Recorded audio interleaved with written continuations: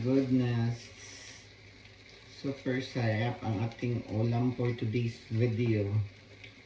Tortang tailong!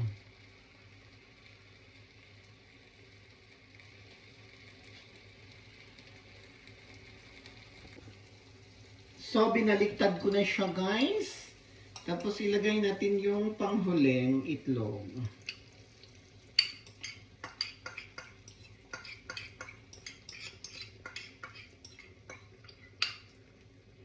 So, yan. Hintayin na lang nating maluto. So, guys, malapit lang maluto ang ating tortang tailong. O, diba? Super sarap. So, guys, luto na ang atong tortang talong. Halina mo, papa. Kauna na ko ninyo, papa. Halina, mga una taong tortang tailong. Sarap-sarap.